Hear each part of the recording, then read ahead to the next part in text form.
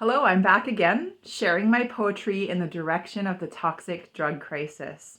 The last time I shared a poem, I introduced the idea that I was going to be moving into a second track, but how these two tracks are very connected. So I've been sharing about the toxic drug crisis, and I'm going to begin to share a little bit also about healing and growth, individually and collectively. And I think these two things are interconnected. I recently had a conversation with somebody and they asked me, what do you think it would take to get at the heart or at the root of the toxic drug crisis? And I thought, wow, what a question. And it's not that I have the answer. I don't think there's the answer. There are many things it will take. And over time, I think I'll start to share and talk about some of the things that I think it will take.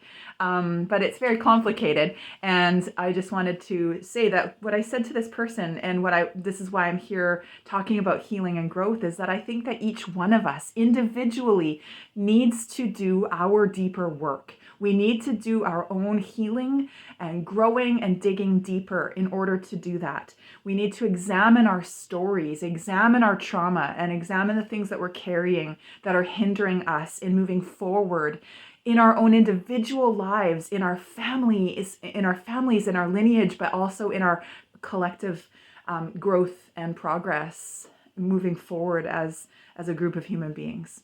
And I think that if you think about this, I could be wrong. I'm not saying I'm absolutely 100% correct, but I have this thought that we're all connected.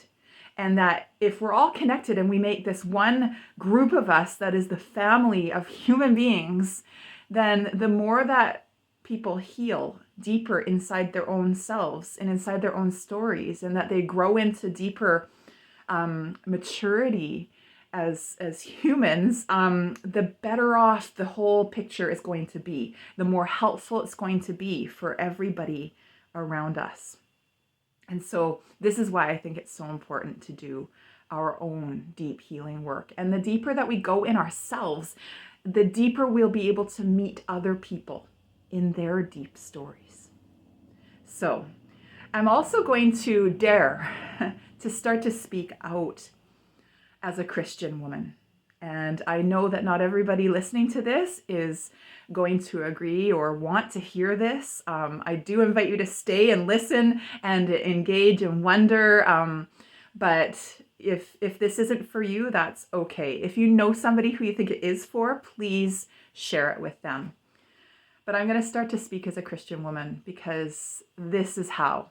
It is in my relationship with Jesus Christ that I have been able to do a lot of my deeper healing and growth, primarily through the guidance and the leading of the Holy Spirit. And I'm going to start to speak about that. And yeah, thank you for just listening and sharing this with anybody that needs to hear it. I'm going to share with you a poem called I Know the Way. I know the way.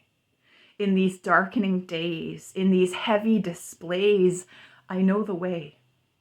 I walk not knowing where I'm going, the path only showing one step at a time, but I know the way. I have felt it stirring deep in my bones, a fire buried in my belly from long ago. Come, follow me. Leading into places I'd rather not be found, hounding me to leave old things behind. Come, find me. Trekking into depths of past story, reforming, transforming, deconstruction, breaking down, rebuilding. I know the way.